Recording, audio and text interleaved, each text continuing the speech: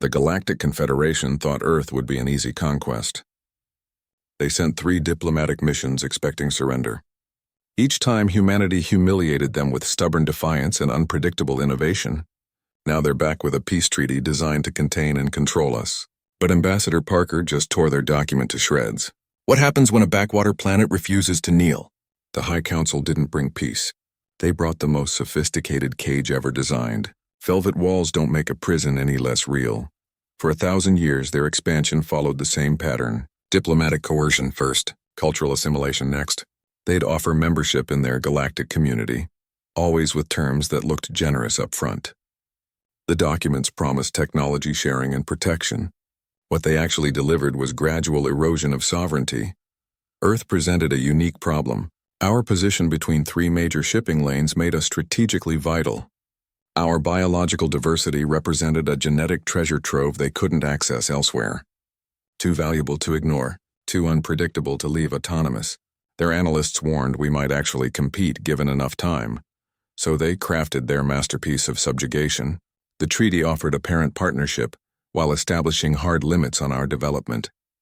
Resource extraction quotas would have drained our system within decades.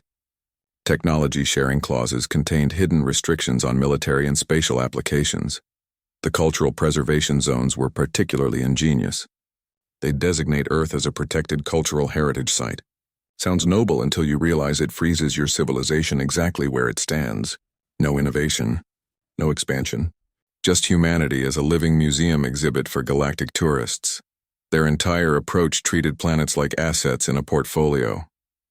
Civilizations became resources to be managed, not cultures to be respected. Every paragraph in that document served 2 masters. The surface benefit masked the strategic leverage beneath. This was their 4th attempt. The first mission underestimated human stubbornness. The second misjudged our technological adaptation rate. The third failed to account for our political unpredictability. Each time they arrived with better toys and sharper tactics. Each time we broke their models. This final treaty represented their ultimate solution. Centuries of imperial experience distilled into perfect legal constraints. They'd studied our psychology, our history, our economic models. They'd accounted for every variable their analysts could identify. They expected compliance. Their intelligence indicated Earth would accept reasonable terms under sufficient diplomatic pressure. They'd positioned fleets just outside detection range as implicit reinforcement. The stage was set for another civilized species to join their orderly galactic community. What they received was defiance. Not the emotional outburst they'd prepared for, but cold, calculated rejection. Ambassador Parker didn't just refuse their terms. She demonstrated she understood their game better than they understood ours. The containment strategy didn't just fail. It became our first real intelligence coup about how they operate. The velvet cage remained empty. Its architects suddenly faced opponents who read the blueprint. They sent a bureaucrat. We sent a battlefield commander wearing diplomatic attire. The distinction became apparent the moment Ambassador Parker entered the negotiation chamber. She moved like someone assessing terrain for defensive positions rather than preparing for pleasantries. Parker arrived without the ceremonial deference the Confederation expected. No elaborate gestures of submission. No careful compliance with their protocol hierarchy. She simply took her seat and placed a single data slate on the table between them. The Confederation delegation noted her military posture, the way her eyes tracked exits and personnel movements. This wasn't their typical diplomatic opponent. Her opening statement lasted 12 seconds. Earth wants peaceful relations with all spacefaring civilizations. Pause for translation protocols. But we won't be subjugated, controlled, or exploited. The words hung in the air like ammunition being chambered.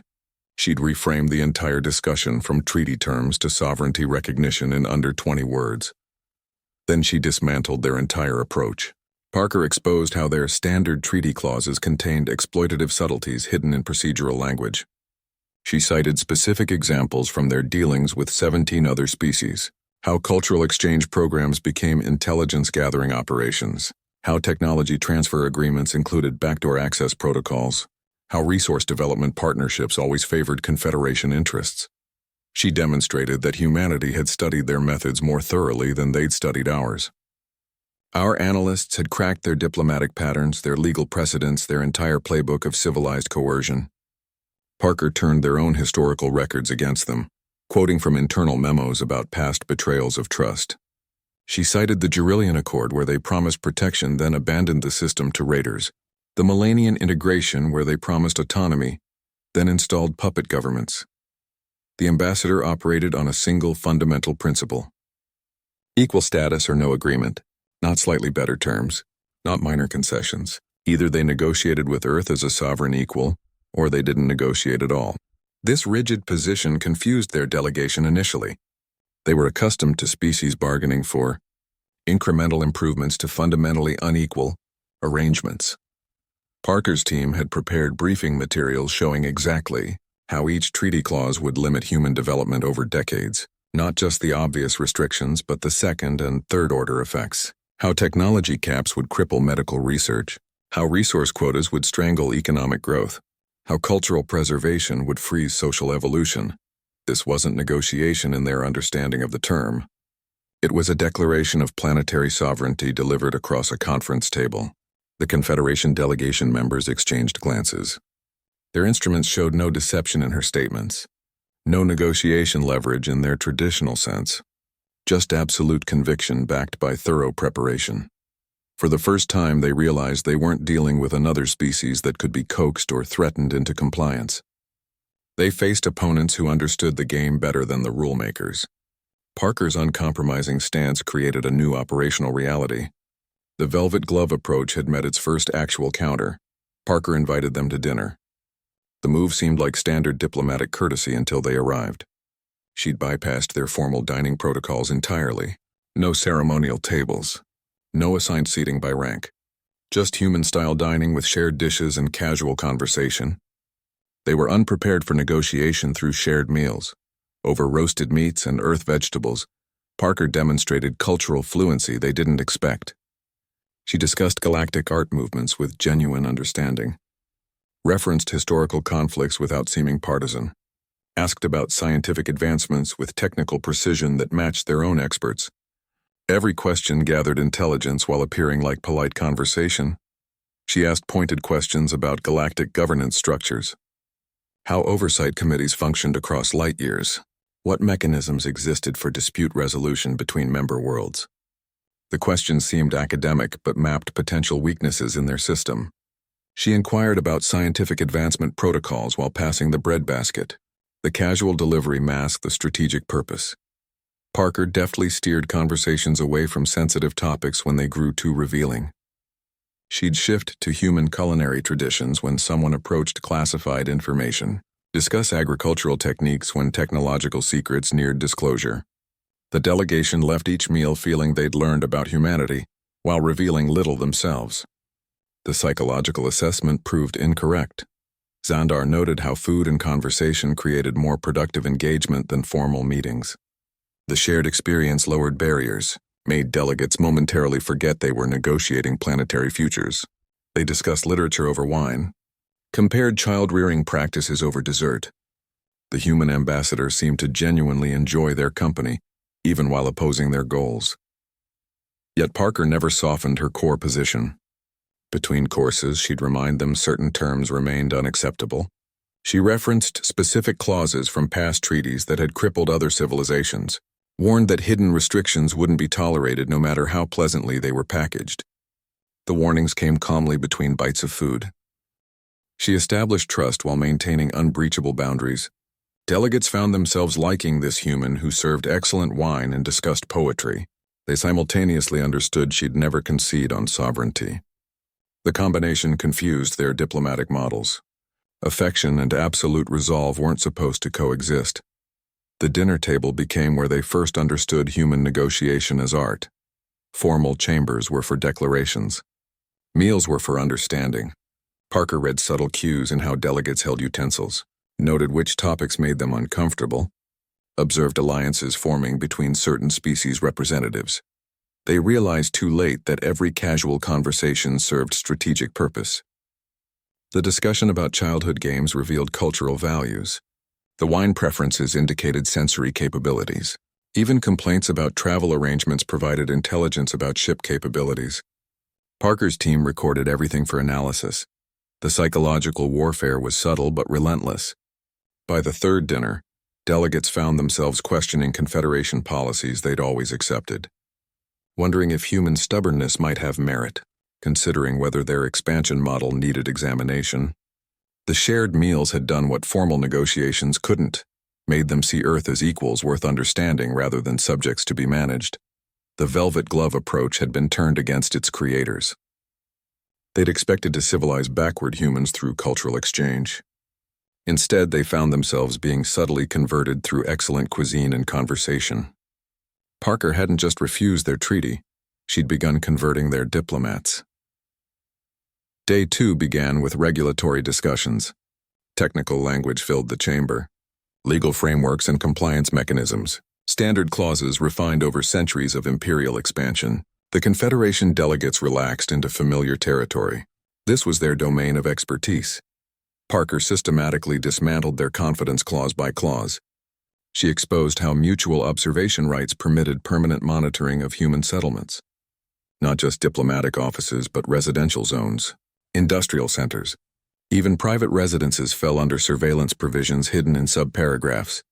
The language seemed harmless until you tracked the jurisdictional exceptions. The biological material surrender clause drew particular attention. It required Earth to provide genetic samples for medical research and species compatibility studies. Parker revealed how previous treaties had allowed wholesale harvesting of unique biologies, how other species lost control of their genetic heritage under similar terms. The Confederation had patented numerous medical breakthroughs using DNA obtained through these provisions. Earth's legal team had analyzed every punctuation mark. They'd run predictive models showing century-long consequences. How technology sharing restrictions would cripple innovation in 30 years. How resource allocation formulas would create permanent dependency in 50. They'd mapped the entire treaty against 17 previous Confederation agreements, found the same patterns of gradual subjugation each time. Xandar attempted standard defense tactics. He cited galactic legal precedents, referenced established interpretation frameworks, invoked the weight of centuries of consistent application. His arguments followed traditional Confederation legal doctrine, precedent over principle, established practice over equitable consideration. Parker countered with human legal philosophy. Sovereignty as absolute principle, consent as non-negotiable requirement. She presented Earth's position that no precedent justified violation of self-determination, that legal traditions requiring submission contradicted fundamental rights. Her arguments cut through centuries of accumulated justification. The negotiation shifted from assumed benefits to explicit limits. Parker demanded clear boundaries on every provision. No open-ended clauses, no unspecified future applications. Every right required corresponding responsibility. Every permission needed defined scope and duration. The Confederation delegates struggled with this rigidity. Their system relied on flexible interpretation favoring the stronger party. Human legal analysis proved more thorough than their own. Parker's team had identified contradictions in their legal framework, found instances where Confederation courts had ruled against their own treaties, discovered internal memos questioning the validity of certain standard clauses. They'd prepared counter-precedents from the Confederation's own judicial history. The discussion became increasingly technical. Semantic analysis of conditional phrases, jurisdictional implications of territorial definitions, temporal limitations on monitoring provisions. Parker's legal experts matched their counterparts point for point, exceeded them in some areas. The Confederation had never encountered a species that studied their legal system more thoroughly than they studied biology or technology. By midday, the power dynamic had shifted. The Confederation delegates consulted their headquarters frequently, requested clarification on interpretation guidelines, sought approval for deviations from standard language. They were negotiating from defensive positions now, forced to justify every clause rather than simply asserting its necessity. The velvet glove had torn on the fine print. Their sophisticated containment strategy met opponents who read faster, dug deeper, and understood better. Legal warfare became the new battlefield, and humanity fought with the same stubborn precision they applied to everything else. The devil wasn't just in the details. He was on our side, wearing a suit and reading every word twice. The negotiation reached impasse. Legal arguments had exhausted both sides. The Confederation delegates prepared to table discussion until the next cycle. Standard procedure when talk stagnated: Parker waited until their lead delegate stood to adjourn. Then she placed a single data crystal on the table. The move seemed insignificant until the projection activated. Grid coordinates, timestamps, ship signatures. We have extensive sensor logs from the Proxima defense grid before it was destroyed. Her voice remained flat, matter of fact. The words landed like artillery, shells in the quiet chamber. The log showed everything. Confederation warships approaching under legitimate identification codes. Weapon systems powering up against undefended civilian structures. Targeting solutions locking onto population centers. The timestamps matched the official Confederation report of the incident exactly. Their official account claimed pirate forces destroyed Proxima using stolen technology. The logs showed something different. Authentic Confederation vessel signatures, standard military attack patterns, command-level authorization codes embedded in the firing sequences. No evidence of external hacking or signal manipulation. The data demonstrated Earth's surveillance capabilities far beyond Confederation estimates. Our sensor networks had recorded the entire engagement from multiple angles. Quantum-entangled recording devices hidden throughout the system captured everything. The Confederation believed they'd destroyed all monitoring equipment in their first strike. They were wrong. The revelation created immediate credibility problems. Xandar's team had presented the pirate theory as established fact. Their diplomatic position relied on the incident being resolved history. Now Parker presented incontrovertible evidence contradicting their narrative. She demonstrated that humanity had intelligence sources within Confederation space itself. The sensor data included internal communications between attacking vessels, private command channel discussions about mission parameters, even personal conversations between crew members. We'd penetrated their secure networks without detection. The incident proved Earth couldn't be intimidated with false narratives. We operated with complete awareness of galactic realities. Their attempts to control information flow had failed. Our intelligence gathering matched our legal analysis for thoroughness. The delegation members exchanged alarmed glances. Their instruments verified the data's authenticity. No manipulation, no fabrication, raw sensor feeds from multiple sources all telling the same story. The Proxima incident wasn't pirate activity. It was official Confederation policy disguised as tragedy. Parker let the silence stretch. The projection continued showing damning evidence. Ship identifications cross-referenced with Confederation naval registries. Weapon discharge patterns matching standard military training protocols. Even energy signatures specific to Confederation propulsion systems. The velvet glove had concealed bloody fingers. Their diplomatic elegance masked brutal enforcement methods.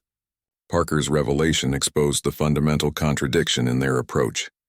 Civilized negotiation backed by uncivilized coercion. The Confederation delegates found their entire position undermined. Their moral authority evaporated under harsh censor data. Legal arguments seemed meaningless when facing evidence of wartime atrocities. The negotiation dynamic shifted from equal disagreement to moral reckoning. They realized humanity operated with eyes wide open. We'd studied their methods, understood their patterns, prepared for their deceptions. The backwater planet they'd expected to manipulate had become their most knowledgeable opponent. The Proxima revelation changed everything. It wasn't just about treaty terms anymore. It was about trust, accountability, the fundamental validity of their entire governance model. Parker hadn't just presented evidence. She'd forced them to confront their own hypocrisy. Silence filled the negotiation chamber, not the comfortable pause between diplomatic exchanges. This was the absolute stillness that follows detonation. Parker's announcement hung in the air, simple and devastating. The Confederation expected minor revisions, adjustments to resource quotas, clarifications on monitoring rights, perhaps some face-saving modifications to cultural preservation zones. Their entire strategy assumed eventual compliance. They'd prepared concession schedules, fallback positions, gradual acceptance models. Parker gave them wholesale rejection. Earth refuses your treaty. The words carried finality. Not just this version. Any version that doesn't recognize our full sovereignty. She wasn't bargaining. She was drawing a line across centuries of imperial tradition. This wasn't a negotiating position subject to modification. It was fundamental principle. The refusal encompassed all future iterations containing subjugation elements. no hidden clauses. No gradual restrictions, no polite fictions masking control mechanisms. Either they treated Earth as equals or they didn't treat with us at all. She framed it as planetary transformation. Not just rejection, but redefinition of Earth's relationship with galactic powers. We weren't refusing partnership. We were refusing subordination. The distinction proved critical. Earth wanted engagement, but only as sovereign equals. This wasn't temporary standoff waiting for better offers. Strategic declaration of independence. Parker made clear humanity would develop separately, rather than accept controlled integration. We'd build our own future, even if meant building alone initially. The Confederation faced something their models never predicted, a civilization that preferred conflict to subjugation. Their entire expansion methodology assumed self-preservation instincts would eventually override principle. No species had ever chosen possible destruction over certain containment. Their psychological profiles failed completely. Humans valued abstract concepts like sovereignty more than practical security. We'd risk extinction rather than accept managed existence. This contradicted all known biological imperatives. Earth's stance became immediate rallying cry against imperial strategy. News of the refusal spread through diplomatic channels. Species living under Confederation control heard about the backwater planet saying no. The psychological impact proved more damaging than military resistance. Parker's team had calculated the domino effect. One refusal could inspire others. The Confederation's power relied on perception of inevitability. Once that cracked, their entire system became vulnerable. They couldn't afford examples of successful resistance. The delegation members sat stunned. Their instruments showed Parker's physiological readings remained steady. No elevated heart rate. No stress indicators. She delivered the refusal with same calm as discussing dinner menus. The clinical certainty made it more frightening. They chose possible war over certain servitude. The calculation shocked their strategic analysts. War meant potential extinction. Servitude offered guaranteed survival. Human value systems operated on different mathematics. Dignity outweighed longevity. Freedom trumped security. The moment transformed galactic politics, not through weapons or technology, but through simple refusal. Parker hadn't just rejected a treaty. She'd challenged 1,000 years of imperial assumption. The velvet glove couldn't conceal that the hand now held a fist. Silence continued. The Confederation delegates consulted their data slates, seeking guidance that didn't exist. Their protocols contained no response for absolute rejection. Their entire playbook assumed eventual compliance. Parker had moved beyond their script. The refusal stood. Unqualified, unconditional, unexpected. Earth had declared itself sovereign without asking permission. The galaxy now contained a variable their models couldn't process, a species that said no and meant it. Within hours of Parker's refusal, all 218 nations ratified her decision. Unanimous endorsement. No abstentions. No reservations. The Confederation's psychological profiles predicted fragmentation. Their analysts expected political divisions to fracture global unity. Ancient rivalries resurfacing under pressure. They got perfect cohesion instead. Nations that had been historical enemies stood together. Countries that fought century-long wars now shared diplomatic statements. Governments with opposing ideologies issued identical support declarations. The external threat triggered something deeper than political calculation. Survival instinct overriding historical grievances. The Earth Sovereignty Accord formalized the unity. Not just a statement of support, but binding international law. It established planetary consensus on interstellar relations, created legal framework for unified foreign policy, mandated collective response to external threats. The document took 3 hours to draft and ratify. Unprecedented speed for global governance. This transcended normal politics. Domestic opposition parties endorsed their government's positions. Political campaigns suspended advertising. Media outlets adopted unified messaging. The division between governing and opposition blurred into singular purpose. External threat created internal cohesion on scale they'd never achieved internally. Confederation analysts struggled to process the data. Their models showed low probability of such rapid consensus. Historical human conflicts suggested deep divisions, religious schisms, ideological conflicts, resource competition. All indicators pointed toward fragmentation under stress. Instead, they witnessed perfect synchronization. They'd never encountered a species achieving such unity so quickly. Other civilizations required generations to develop planetary governance. Cultural homogenization preceded political unification. Humanity skipped intermediate steps, went from fractured nations to unified front in hours. The psychological leap defied their understanding of social evolution. Earth's stance became de facto international norm overnight. Not just government policy, but popular mandate. Global polling showed 94% support for Parker's position. Street demonstrations endorsed the refusal.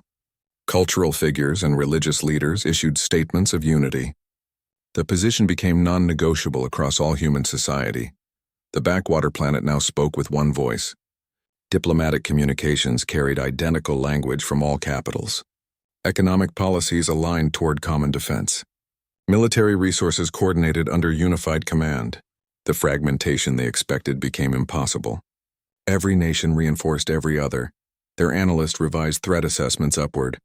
Cohesive civilizations proved harder to subjugate than divided ones.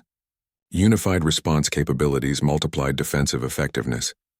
Political unity enabled rapid resource allocation. Strategic coordination enhanced military preparedness. The refusal gained strength from collective endorsement. Parker's position became untouchable. No political leader could reconsider without domestic backlash. The unity created negotiating inflexibility but strategic strength. They couldn't offer concessions because no faction existed to accept them.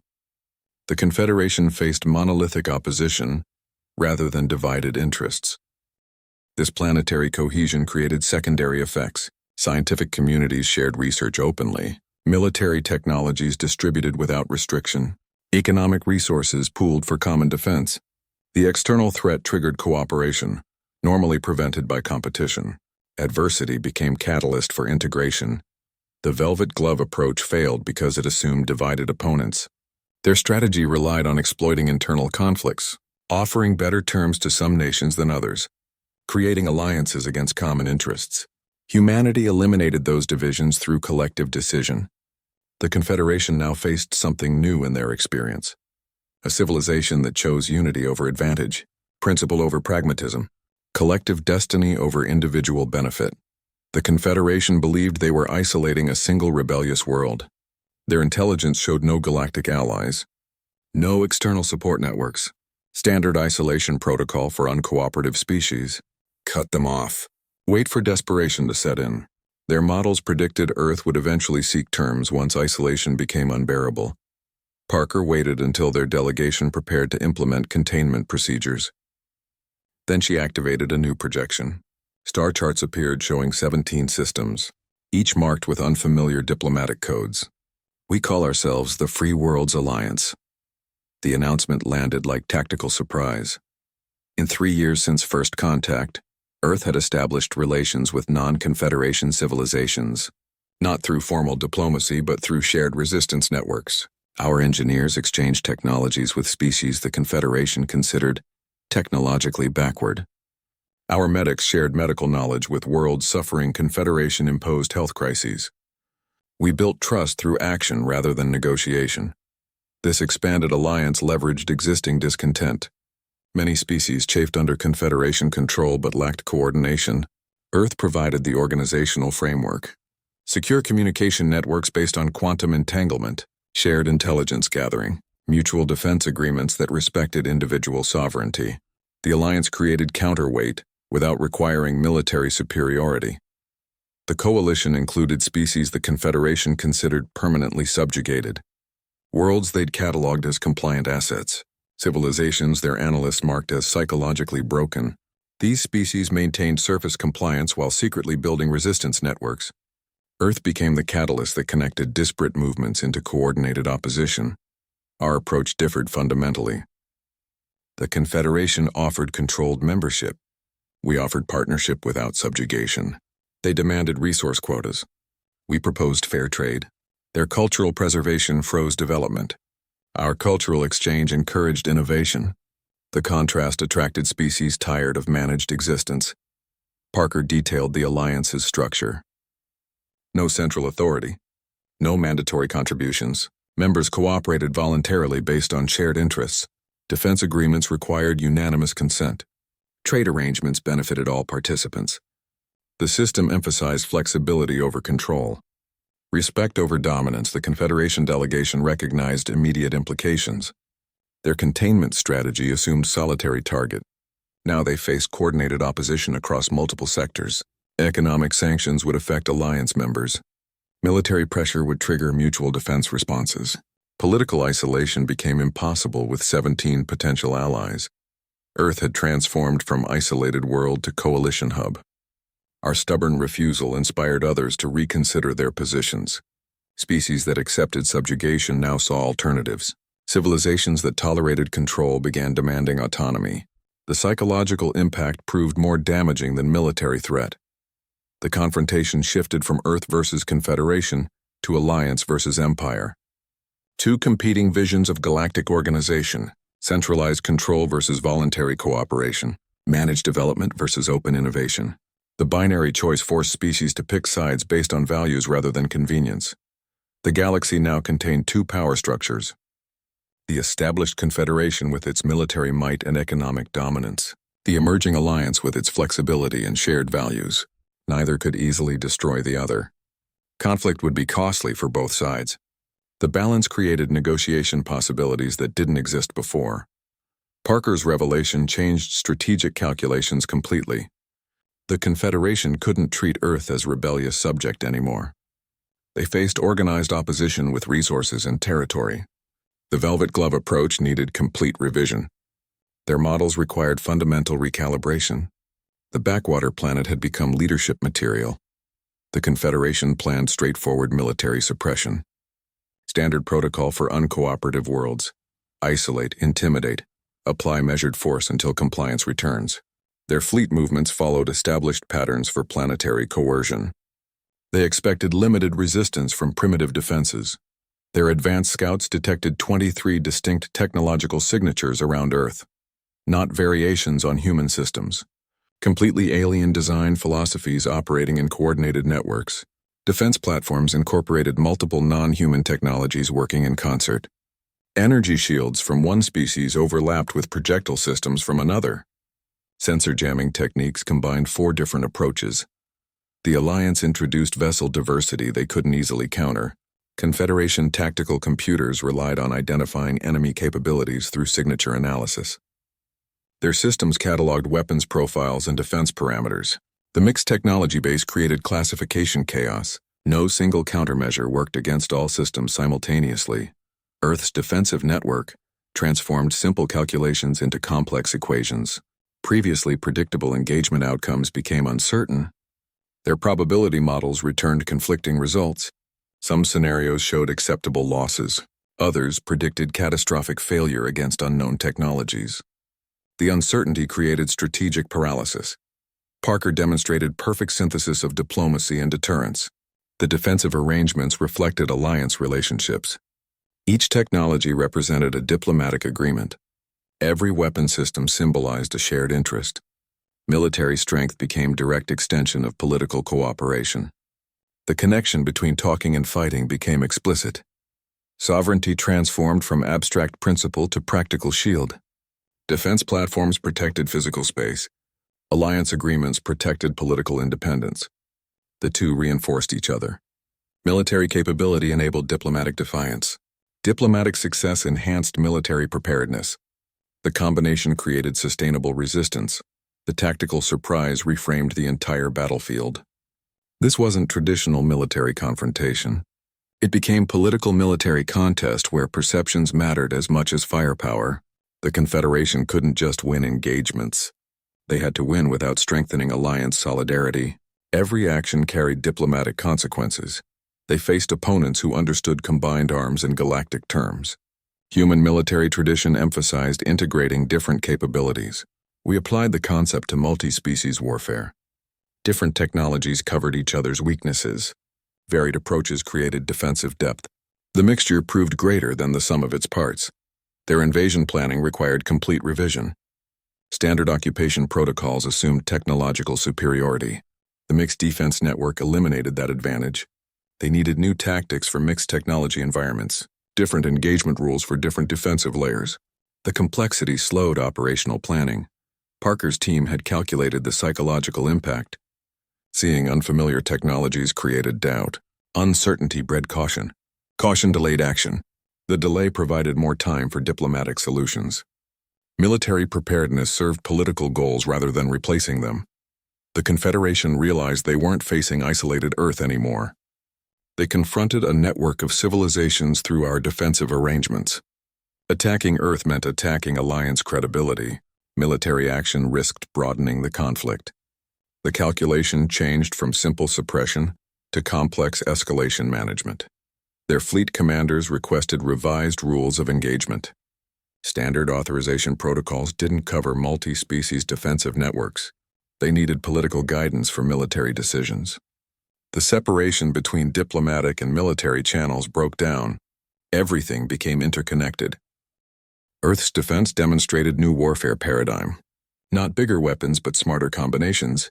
Not stronger shields but more diverse systems. The approach leveraged our limited resources through alliances. We turned technological variety into defensive strength. The Confederation's uniformity became weakness against our diversity. The velvet glove approach met its military equivalent. Their standardized fleet faced customized defense. Their predictable tactics encountered unpredictable responses. Their technological superiority neutralized by technological variety. The battlefield reflected the diplomatic reality. Monolithic empire versus flexible alliance. Control versus cooperation. Their rigid hierarchy cracked under pressure. The High Council debated escalation versus concession behind closed doors. Standard procedure for managing difficult situations. Their protocols contained clear guidelines for crushing resistance. No procedures existed for negotiating with equals. This gap in their operating system proved critical. They faced a threat their coercion-based approach couldn't process. Every analysis returned conflicting recommendations. Military options risked broader conflict. Diplomatic concessions undermined imperial authority. Their entire governance model assumed compliance through superior force. Voluntary cooperation represented system error. Xandar's psychological assessment revealed deeper problems. He noted humans form connections across biological boundaries. This observation seemed minor but carried profound implications. Confederation politics relied on biological determinism. Species characteristics dictated social roles. Human behavior contradicted these fundamental assumptions. Fairness could trump raw advantage in human political calculations. They'd reject beneficial arrangements if terms felt inequitable. This contradicted all known biological imperatives. Self-preservation should override abstract principles. Our behavior broke their predictive models. This represented direct counter-narrative to biology-driven politics. The Confederation sorted species by technological level and physiological similarity. Their classification system determined treatment protocols. Humanity's cross-species alliances ignored these categories. We cooperated with civilizations they considered incompatible. Member worlds began quietly seeking alternatives. Species long considered compliant started asking questions. They established back-channel communications with alliance representatives. The Confederation's control mechanism showed first cracks. Their monopoly on interstellar relations faced challenge. Centuries of imperial strategy risked systemic fracture. The model functioned perfectly when everyone followed established patterns. Introduce one variable that operates outside parameters, an entire system destabilizes. Earth became that variable. Our refusal created operational crisis. Their greatest weakness became exposed: inability to adapt. The Confederation excelled at managing predictable resistance. They had protocols for military rebellion, procedures for economic disobedience, standard responses for political opposition. Nothing prepared them for value-based defiance. They were designed to crush resistance, not negotiate with equals. Their military structure favored overwhelming force. Diplomatic corps existed to deliver ultimatums. The entire system assumed hierarchical relationships. Equal partnership represented conceptual impossibility. This rigidity created strategic vulnerability. Faced with adaptable opponents, they couldn't adjust tactics quickly. Decision chains required multiple approval levels. Consultation protocols slowed response times. Bureaucratic inertia prevented rapid adaptation. The psychological impact proved equally damaging. Confederation personnel trained for superiority. They expected deference from lesser species. Facing confident equals created cognitive dissonance. Their operational effectiveness suffered from confused hierarchy. Their assessment protocols contained critical blind spots. They monitored technological advancement and biological similarity. Species falling below thresholds received minimal attention. This created intelligence gaps regarding adaptable opponents. Underestimated civilizations could develop outside their awareness. The reliance on coercion-based control revealed limitations. Benefits and threats worked against fearful species. Principles-driven civilizations responded differently. Human values made us resistant to both carrot and stick. Standard manipulation techniques proved ineffective. The inflexible structure prevented understanding alternative strategies. They couldn't comprehend alliance building based on shared values. Biological determinism blinded them to cross-species cooperation. Their categorization system became liability rather than asset. Traditional methods faced obsolescence against new approaches. Military might couldn't defeat philosophical resistance. Economic pressure failed against value-based economies. Political isolation became impossible with multiple allies. Every tool in their arsenal met unexpected counters. The velvet glove concealed an iron fist that could only punch in predictable patterns. Faced with opponents who moved in unexpected directions, the fist kept hitting empty air. The Confederation's strength became its vulnerability. Perfect adaptation to old rules meant inability to play new games. Parker waited until the Confederation delegation absorbed their new reality. They'd expected surrender or escalation. She offered transformation instead. The strategic landscape had shifted, and she intended to map the new territory herself. She placed a new document on the table. Not the torn treaty, but a fresh data slate containing Earth's terms. "We propose a new treaty," she stated, her voice carrying no triumph, only simple certainty. "Between the Free Worlds Alliance and the Confederation." The words hung in the chamber, redefining everything. This signaled dramatic institutional reorganization. Not single-planet negotiation, but multi-power engagement. The Confederation dealt with member worlds individually, never coalitions. Their entire control mechanism relied on bilateral relationships. Parker proposed dealing with them as equals representing multiple civilizations. The offer came with implicit warning. Parker made clear the stalemate would deepen without agreement. Alliance defenses would strengthen. Diplomatic outreach would expand. Economic alternatives would develop. The choice wasn't between agreement and status quo. It was between negotiated transformation and uncontrolled escalation. She presented two-front diplomacy. Recognition of current power balance formed the first requirement. The Confederation needed to acknowledge the alliance as legitimate political entity. Building cooperative frameworks constituted the second objective. Mutual benefit replacing unilateral advantage. The galaxy's future shifted from binary options. No more conquest or capitulation. Negotiation became viable third path. Not surrender but structured coexistence. The Confederation faced evolution of their entire operating model. Their centuries-old playbook required fundamental revision. Earth positioned itself as equal partner rather than supplicant. Parker's team had drafted terms reflecting mutual respect. Technology exchanges required reciprocal value. Resource agreements mandated fair compensation. Cultural interactions promoted genuine exchange rather than controlled exposure. The refusal became invitation to transformed relationship. Parker hadn't just rejected their framework. She'd proposed superior alternative. One based on voluntary cooperation rather than compelled compliance. The Confederation could join the new model or become obsolete watching it develop. They challenged the Empire to evolve or face irrelevance. Static systems fail against adaptive opponents. The Confederation's rigidity became liability against alliance flexibility. Parker offered path to renewed relevance through adaptation. The choice between evolution and extinction. Her terms covered practical considerations. Joint security patrols in contested regions. Mutual non-aggression pledges. Emergency response coordination. Scientific research sharing. The framework created functional cooperation without demanding ideological alignment. The psychological impact proved significant. Confederation delegates recognized the proposal's sophistication. This wasn't desperate counteroffer, but carefully constructed alternative. Their analysts confirmed the terms represented workable foundation.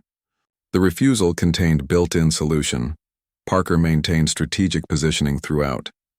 She demonstrated strength, then offered reasonable terms, showed resolve, then provided exit strategy. The combination confused their expectations. They anticipated relentless pressure or sudden collapse. Instead, they received calibrated response.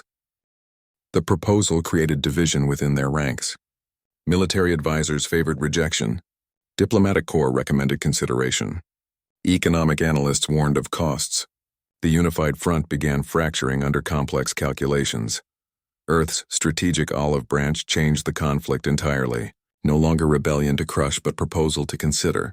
Not defiance to punish, but opportunity to explore. The velvet glove met its mirror image. Control faced cooperation. Empire confronted partnership. The Confederation now faced their greatest challenge. Not military defeat, but ideological obsolescence. Their entire reason for existence questioned by backwater civilizations. Parker hadn't just refused their treaty, she'd offered them a future they hadn't imagined needing. Xandar began studying human psychology as tactical exercise, standard procedure for understanding opponents, analyze their motivations, predict their responses, develop counter-strategies based on behavioral patterns. His initial assessments followed Confederation biological determinism models. Humans should prioritize survival above abstract principles. They should accept advantageous terms regardless of perceived fairness. The models proved completely wrong. He discovered humans value perceived fairness over objective benefit. This contradicted fundamental assumptions. Confederation psychology assumed all species acted according to biological imperatives. Self-preservation should override everything. Humans defied this logic consistently. They'd reject beneficial arrangements if terms felt inequitable. The behavior made no sense within their analytical framework. This cognitive dissonance triggered deeper investigation. Xandar examined historical human conflicts, studied economic decision-making patterns, analyzed social cooperation models. The consistency surprised him. Humans frequently sacrificed immediate advantage for principle. They fought losing battles for abstract concepts like freedom and dignity. The behavior pattern appeared across all human cultures. He recognized Earth's multi-species coalition as new political archetype. Diverse worlds uniting around shared values rather than biological similarity. The Confederation's approach relied on dividing species, exploiting differences, preventing cross-species cooperation. Humanity's alliance model worked in direct opposition. They built bridges instead of walls. Xandar understood ideas might outrun firepower in galactic politics. Military strength couldn't defeat philosophical movements. Economic pressure failed against value-based resistance. The Confederation's tools became ineffective against opponents motivated by principle rather than convenience. Their entire dominance model faced obsolescence. His personal transformation mirrored larger galactic shift. The ambassador began questioning Confederation doctrine internally. Biological determinism seemed inadequate explaining human behavior. Their classification system appeared flawed. Species they considered inferior demonstrated unexpected capabilities. The psychological reassessment became necessary. Xandar analyzed how humans formed connections across biological boundaries. Their alliance included species the Confederation considered incompatible. Different physiologies, varied cognitive processes, diverse evolutionary paths. Humanity ignored these differences when establishing common ground. They focused on shared values rather than biological classifications. This realization changed his tactical recommendations. He advised against military threats. Understood such pressure would strengthen human resolve. New displays of force would drive more worlds to their alliance. Proposed diplomatic recognition instead. Suggested good faith negotiations for mutual benefit. The psychological shift proved irreversible. Xandar could no longer view other species through deterministic lenses. He saw potential for cooperation everywhere the Confederation saw only hierarchy. Recognized that value-based systems might outperform coercion-based models long-term. His reports to the High Council contained uncomfortable truths. Explained how human fairness perception created unexpected strengths. Described how principle-driven resistance defeated cost-benefit analysis. Warned that traditional dominance approaches would fail against such opponents. The ambassador's transformation represented broader institutional challenge. Confederation doctrine faced relevance crisis. Centuries of imperial strategy struggled against new political paradigms. Their entire psychological framework required fundamental revision. Xandar began advocating for adapted approaches. Suggested the Confederation learn from human methods.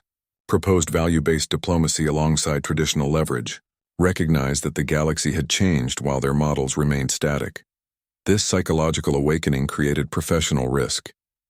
His superiors viewed such suggestions as borderline treasonous. The Confederation didn't adapt. It enforced compliance. Xandar's new understanding placed him outside established protocols. The velvet glove concealed an inflexible mindset. Xandar's transformation showed that mindset cracking under pressure of unexpected reality. Humans hadn't just refused their treaty. They'd forced reconsideration of fundamental assumptions. The psychological warfare continued long after negotiations ended. The Confederation's 7th Fleet took intimidation positions, standard procedure for uncooperative worlds. Their dreadnoughts formed precise formations just outside defensive perimeters, weapon systems powered to standby, shields at full capacity. The display projected overwhelming force meant to compel compliance through psychological pressure. They expected Earth to reconsider its position facing such military might. Parker responded with information instead of weapons. She transmitted a data package directly to their flagship. The delivery bypassed standard communication protocols, used quantum-entangled channels they couldn't intercept or block. The package arrived on the Admiral's personal device during tactical planning. No warning, no negotiation, just raw data appearing where it shouldn't exist. The contents revealed everything. Internal Confederation communications showed deep dissent among member worlds. Classified reports exposed suppressed technological advancements. High Council sessions revealed strategic miscalculations they'd hidden from their own military. The information proved Earth's position wasn't bluff, but verified counterweight backed by complete intelligence. Their own predictive algorithms showed military action had minimal success probability. The High Council had withheld this assessment from fleet commanders. Projections indicated potential catastrophic consequences for Confederation stability. The Admiral realized his fleet risked destruction for political objectives that might already be obsolete. 14 member worlds had secretly contacted the Free Worlds Alliance. This represented massive intelligence failure. The Confederation believed they maintained tight control over their members. Instead, they faced widespread internal opposition, coordinated through channels they couldn't monitor. Their empire showed cracks they'd failed to detect. The data included evidence of suppressed technologies. Research projects terminated for threatening established power structures. Energy systems that could benefit all species kept secret to maintain control advantages. Medical breakthroughs withheld to preserve biological leverage. The pattern revealed self-interest rather than collective advancement. Internal communications exposed their true intentions toward Earth. Plans for resource exploitation hidden behind diplomatic language. Designs for technological suppression masked as development assistance.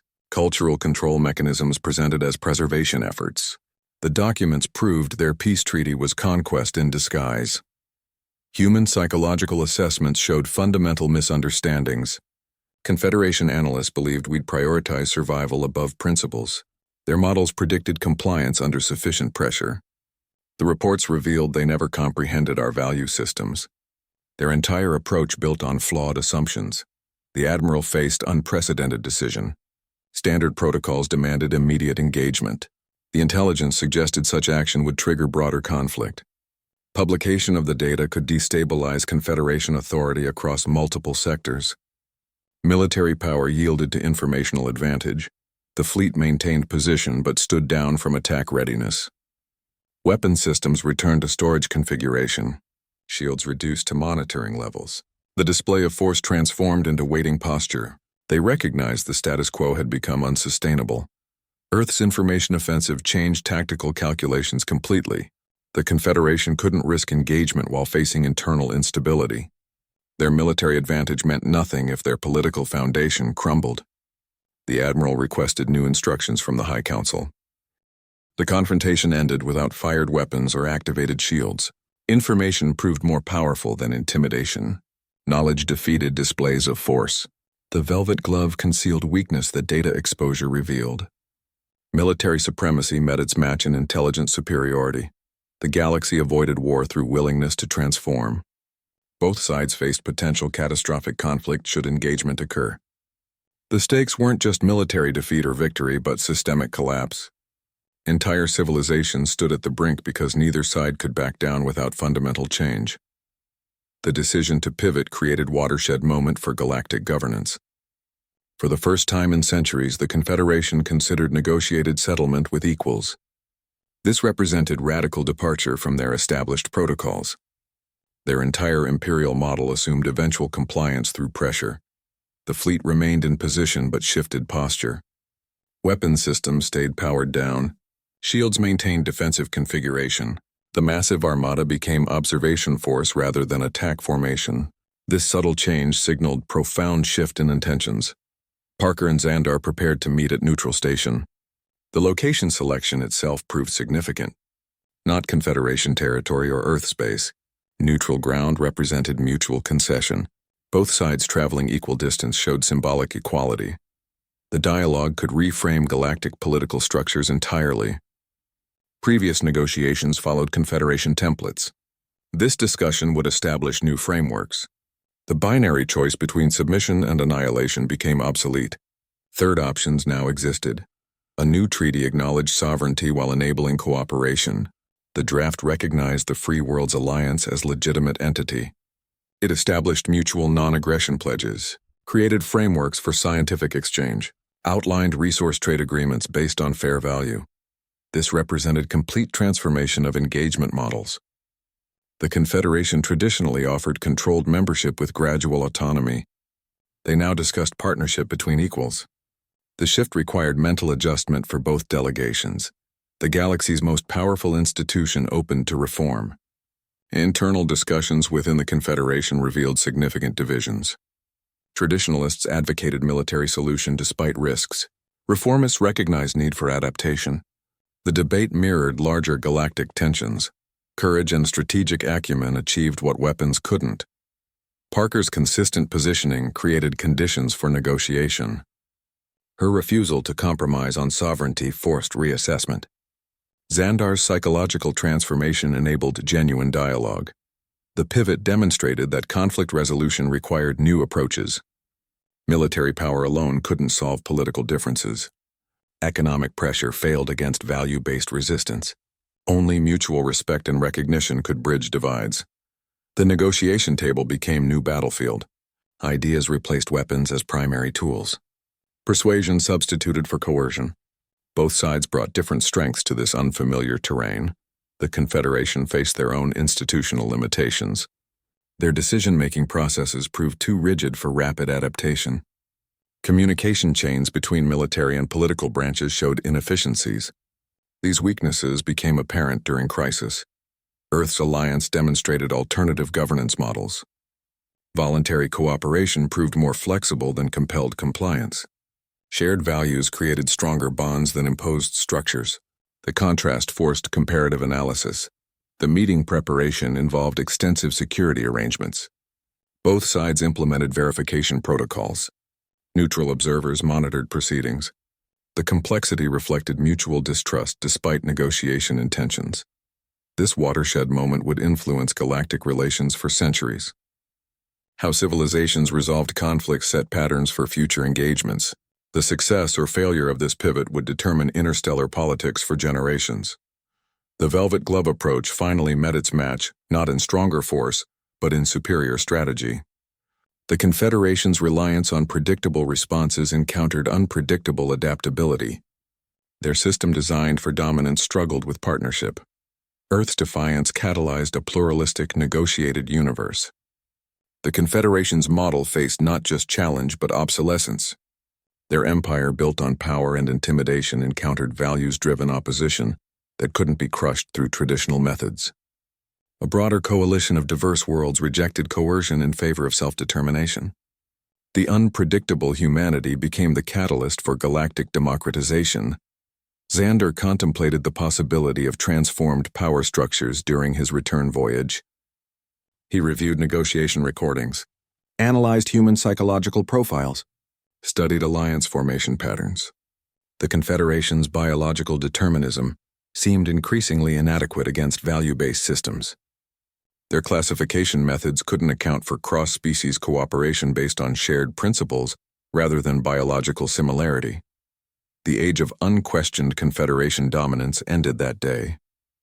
Their monopoly on interstellar relations fractured. Alternative power structures emerged through the Free Worlds Alliance. Member worlds began questioning established protocols. Some requested renegotiation of existing treaties. Others established independent diplomatic channels. The imperial model showed cracks throughout its foundation. New systems would require mutual respect and acknowledged sovereignty. The Confederation's control mechanisms became counterproductive. Coercion generated resistance rather than compliance. Intimidation bred solidarity among opponents. Their tools designed for dominance proved ineffective against principles-driven civilizations. Earth's backwater status became advantage in designing new systems. We weren't constrained by centuries of imperial thinking. Our legal frameworks emphasized flexibility over precedent. Political structures valued adaptation over tradition. Economic models prioritized innovation over control. This fresh perspective allowed creative solutions to old problems. Humanity's lack of galactic experience proved beneficial. We didn't assume certain species were naturally subordinate. Didn't accept that biological differences predetermined social roles. Our alliance building ignored traditional Confederation categorization systems. We cooperated with civilizations they considered incompatible or inferior. The transformation extended beyond politics. Scientific communities established independent research networks. Cultural exchanges bypassed Confederation approval processes. Economic partnerships formed outside traditional channels. The galaxy began reorganizing along new lines while the Confederation debated procedural details. Xandar's personal transformation mirrored the larger shift. He started advocating for adapted approaches within the Confederation, suggested studying human negotiation methods, proposed value-based diplomacy alongside traditional leverage, recognized that their entire psychological framework required revision. The velvet glove approach met its natural limit. Their system excelled at managing predictable opposition through controlled pressure.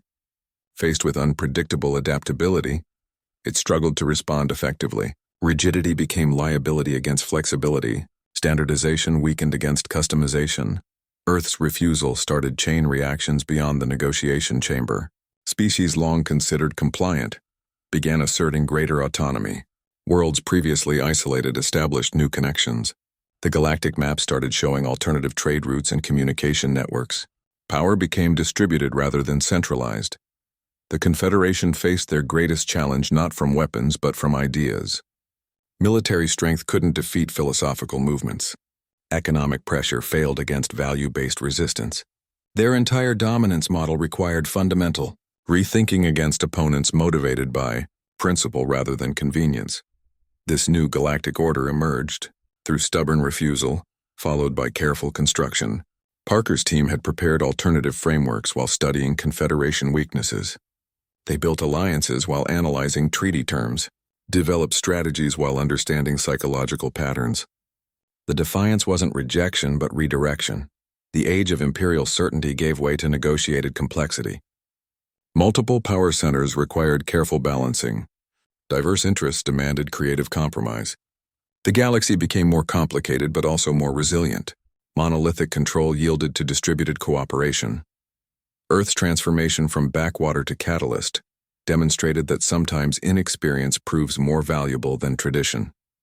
Unburdened by centuries of imperial thinking, we could imagine what established powers considered impossible. The galaxy's future would be built by those who refused to accept limitations. Human values began reshaping galactic cultural narratives. The Confederation had controlled cultural development for 1,000 years. Their information networks filtered artistic expression. Their approval committees determined acceptable philosophies. This system maintained their version of order through controlled creativity. Earth's refusal changed everything. Our defiance inspired artistic movements across species barriers. Music composed by subjugated civilizations started echoing human protest songs. Visual art incorporated themes of resistance and self-determination. Literary works explored concepts of freedom previously considered dangerous. The concept of fairness entered galactic political discourse. This simple human value challenged complex Confederation hierarchies. Their system operated on biological determinism and assumed superiority. Our insistence on equitable treatment forced reevaluation of basic assumptions. Self-determination became aspirational goal for previously controlled worlds. Species that accepted managed existence began questioning their status. The Gerillian people created underground networks sharing human political philosophy. The Melanian species started demanding greater autonomy in their governance. Human cultural products circulated through closed networks. Our music reached species the Confederation considered primitive. Our literature spread to civilizations they'd labeled uneducated. Our art appeared in galleries they monitored for compliance. The content always carried subtle challenges to established order. The Confederation's biological determinism faced scientific challenges. Researchers from multiple species began questioning classification systems. Studies emerged showing cognitive diversity within biological groups. The science supporting their hierarchy started crumbling under scrutiny. Galactic media began covering multiple perspectives. News outlets traditionally followed Confederation narratives. Now they reported dissenting opinions from Alliance worlds. They covered human cultural events without official filters. The information control system developed cracks throughout. Cultural exchange became tool of soft power diplomacy.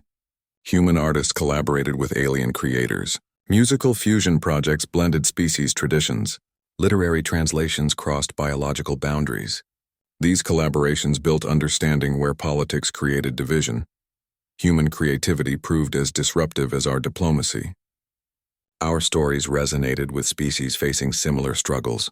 Our music expressed emotions their controlled art suppressed. Our visual art showed perspectives their censors would have rejected.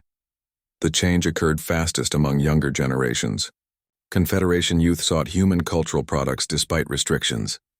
They formed underground appreciation networks. They adapted human artistic forms to their own experiences. This generational shift threatened long-term control. Educational institutions faced pressure to update curricula. Students demanded inclusion of human philosophical works. Faculty members advocated teaching multiple perspectives. The monopoly on knowledge began breaking down. Religious movements incorporated human concepts of dignity. Spiritual leaders referenced Earth's defiance in sermons. Sacred texts gained new interpretations emphasizing self-determination. The theological foundations of compliance faced challenge. The cultural transformation created operational problems for Confederation security. Their monitoring systems couldn't track all unauthorized cultural exchanges. Their censorship protocols couldn't handle the volume of new content. Their control mechanisms became overwhelmed by sheer variety. Human values spread faster than our technology or politics. A song could cross light years where diplomacy moved slowly. A story could change minds where arguments failed. Art became the vehicle for ideas that treaties couldn't contain. The Confederation's cultural dominance faced its first real challenge. Their controlled narratives met competing stories. Their approved art encountered alternative expressions. Their managed philosophy confronted independent thinking.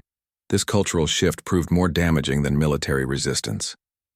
Weapons could be countered with stronger weapons. Ideas required different tools entirely. The velvet glove of cultural control couldn't contain the explosion of creative defiance. Humanity's greatest export became neither technology nor military strategy. It was the simple, dangerous idea that every civilization deserved to write its own story. The galaxy's cultural landscape would never return to managed conformity.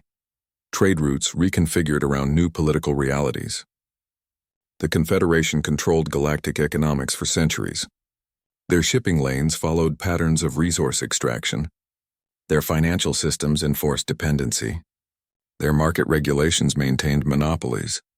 This economic control formed the foundation of their political power. Disrupt their trade networks and you threaten their entire empire. The Free Worlds Alliance established alternative trade networks almost immediately. New shipping routes bypassed Confederation-controlled choke points. Independent financial systems emerged using quantum encryption. Resource exchanges occurred outside traditional markets. The economic separation began subtly, but gained momentum rapidly. Resource allocation shifted from extraction to mutual development. The Confederation's model drained peripheral worlds to feed core systems. The Alliance implemented fair distribution protocols. Resources flowed to where they created maximum development impact rather than maximum control leverage. This approach built economic resilience through diversified growth. Human innovation accelerated economic expansion in previously stagnant regions. Our engineers shared technologies the Confederation had suppressed. Agricultural methods increased food production on marginal worlds.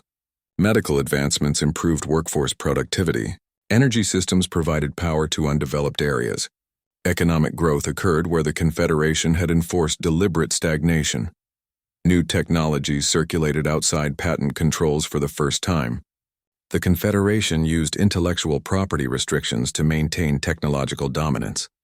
The Alliance created open innovation networks. Research findings shared freely across species boundaries. Technological advancements spread faster without artificial constraints. This accelerated development across multiple civilizations simultaneously. Economic power became distributed rather than centralized. The Confederation's wealth accumulation in core systems created vulnerability. The Alliance's model spread economic assets across multiple worlds. No single point of failure existed. No central authority controlled resource flows. The system gained strength through its decentralization. The Confederation faced competition in markets they previously monopolized.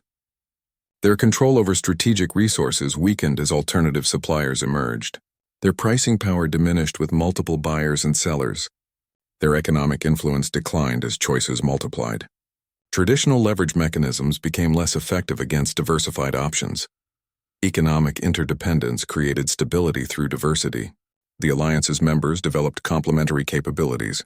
Specialization occurred based on comparative advantage rather than imposed roles. Mutual dependencies replaced hierarchical relationships. This network proved more resilient than centralized control systems. Wealth became a tool of development rather than control. Investment focused on infrastructure and education. Resource allocation prioritized long-term growth over short-term extraction. Economic success measured broader prosperity rather than concentrated accumulation.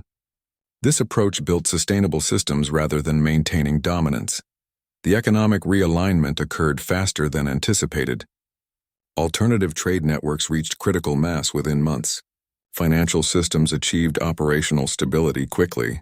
Resource flows established new patterns that became self-reinforcing. The Confederation's economic dominance faced erosion on multiple fronts simultaneously. This transformation demonstrated that economic power relies on consent as much as control. The Confederation system required compliance to function. The Alliance's model operated through voluntary participation. Economic activity followed opportunity rather than obligation. This fundamental difference created more dynamic and sustainable growth. The velvet glove of economic control finally met its match. Not through confrontation, but through alternatives. Not through destruction, but through construction. The Confederation's economic weapons became progressively less effective as options multiplied. Their monopoly became mere competition.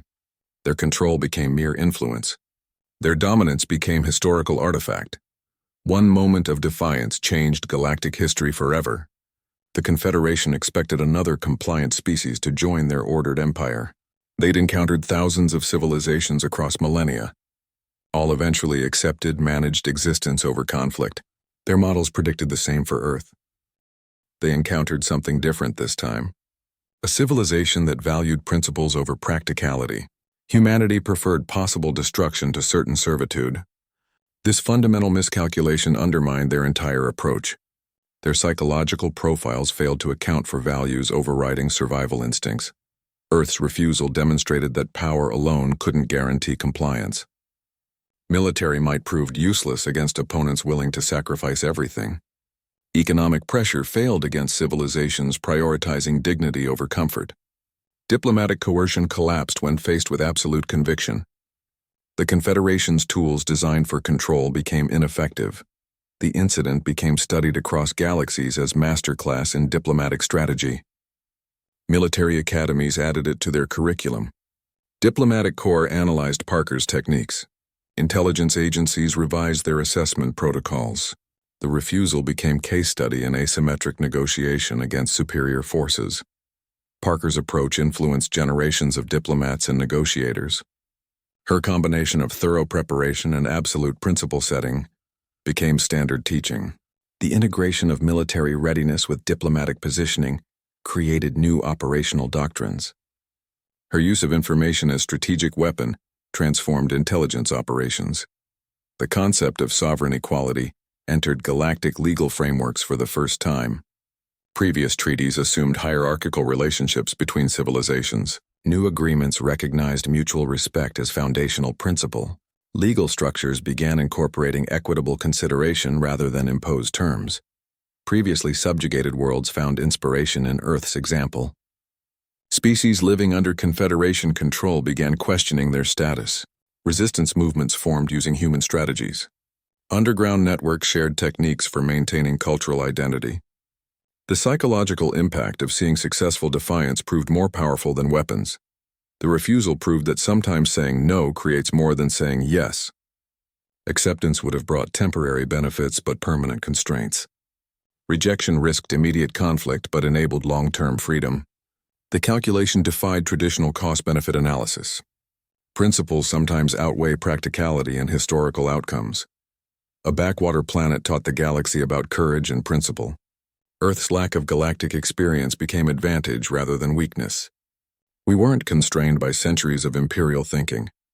Our fresh perspective allowed creative solutions to old problems. The unexpected variable disrupted predictable patterns. The legacy continues shaping galactic relations. New civilizations study the refusal as foundational text. Diplomatic training emphasizes principle-based negotiation. Military strategy incorporates information warfare alongside traditional tactics. The balance of power shifted from pure force to combined approaches. Parker's team demonstrated that thorough preparation enables confident positioning.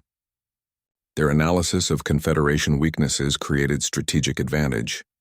Understanding opponent psychology proved more valuable than technological superiority. The integration of multiple disciplines created unexpected strength.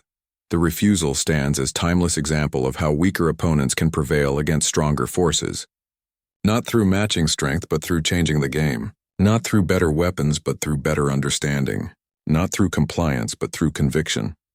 The velvet glove approach met its match not in superior power, but in superior strategy. The Confederation's reliance on predictable responses encountered unpredictable adaptability. Their system designed for dominance struggled with partnership.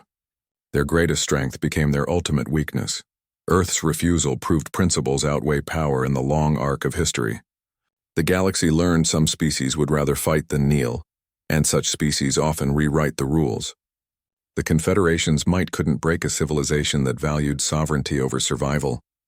Parker's defiance sparked alliances, reshaped economies, and forged a new galactic order built on respect, not control.